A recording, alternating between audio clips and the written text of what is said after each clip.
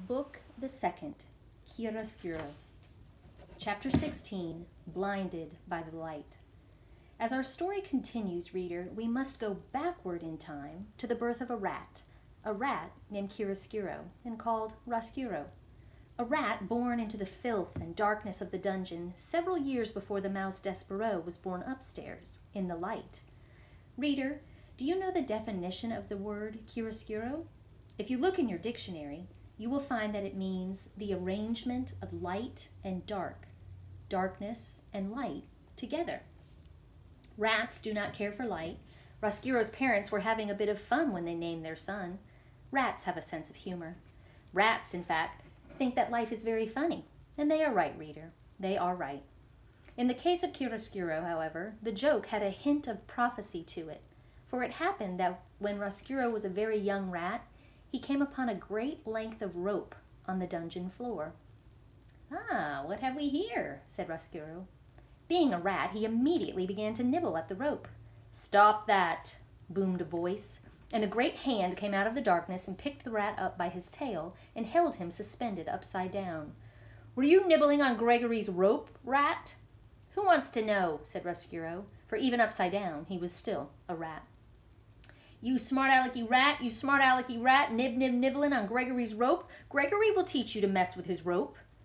And keeping Roscuro upside down, Gregory lit a match with the nail of his thumb, and then held the brilliant flame right in Roscuro's face.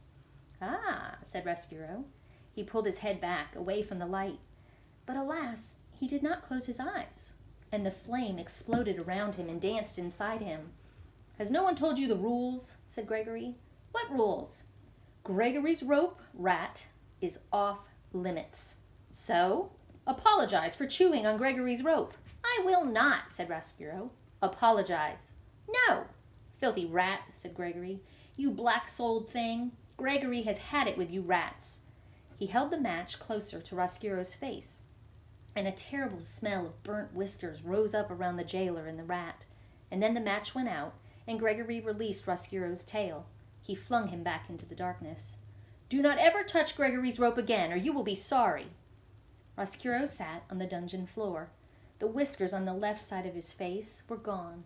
His heart was beating hard, and though the light from the match had disappeared, it danced still before the rat's eyes, even when he closed them. "Light," he said aloud, and then he whispered the word again. "Light." From that moment forward, Roscuro showed an abnormal, inordinate interest in illumination of all sorts. He was always, in the darkness of the dungeon, on the lookout for light, the smallest glimmer, the tiniest shimmer. His rat soul longed inexplicably for it. He began to think that light was the only thing that gave life meaning, and he despaired that there was so little of it to be had.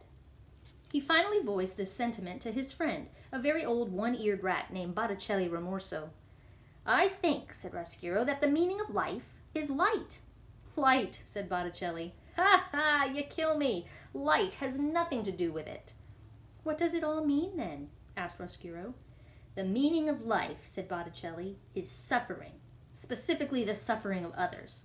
Prisoners, for instance. Reducing a prisoner to weeping and wailing and begging is a delightful way to invest your existence with meaning."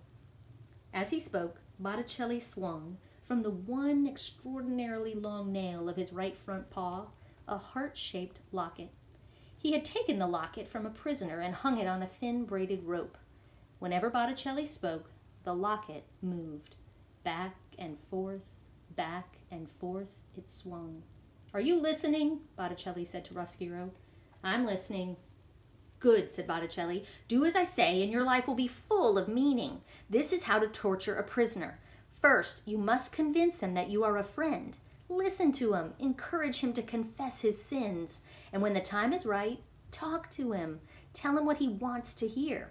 Tell him, for instance, that you will forgive him. This is a wonderful joke to play upon a prisoner, to promise forgiveness." "Why?" said Roscuro.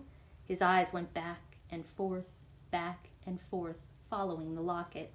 "Because," said Botticelli, "you will promise it, but you will not grant it. You gain his trust, and then you deny him. You refuse to offer the very thing he wants, forgiveness, freedom, friendship, whatever it is that his heart most desires, you withhold. At this point in his lecture, Botticelli laughed so hard that he had to sit down and catch his breath.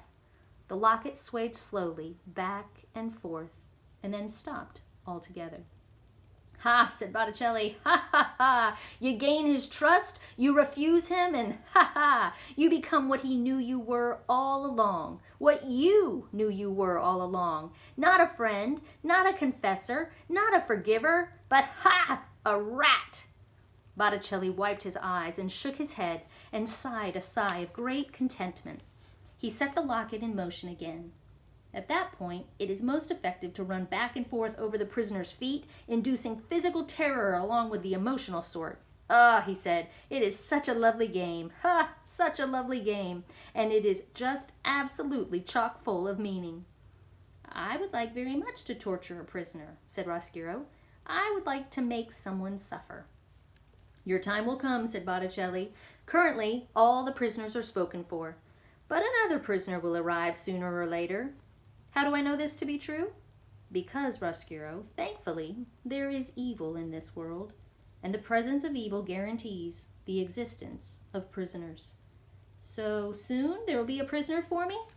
"Yes," said Botticelli Rimorso. "Yes. I'm looking forward to it." "Ha, ha, ha! Of course you're looking forward to it. You're looking forward to it because you are a rat. A real rat." "Yes," said Roscuro. "I am a real rat."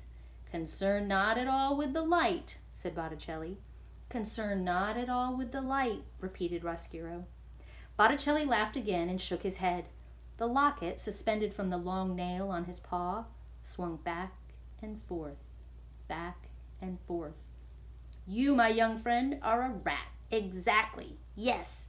Evil, prisoners, rats, suffering. It all fits together so neatly, so sweetly. Ah, it is a lovely world, a lovely, dark world."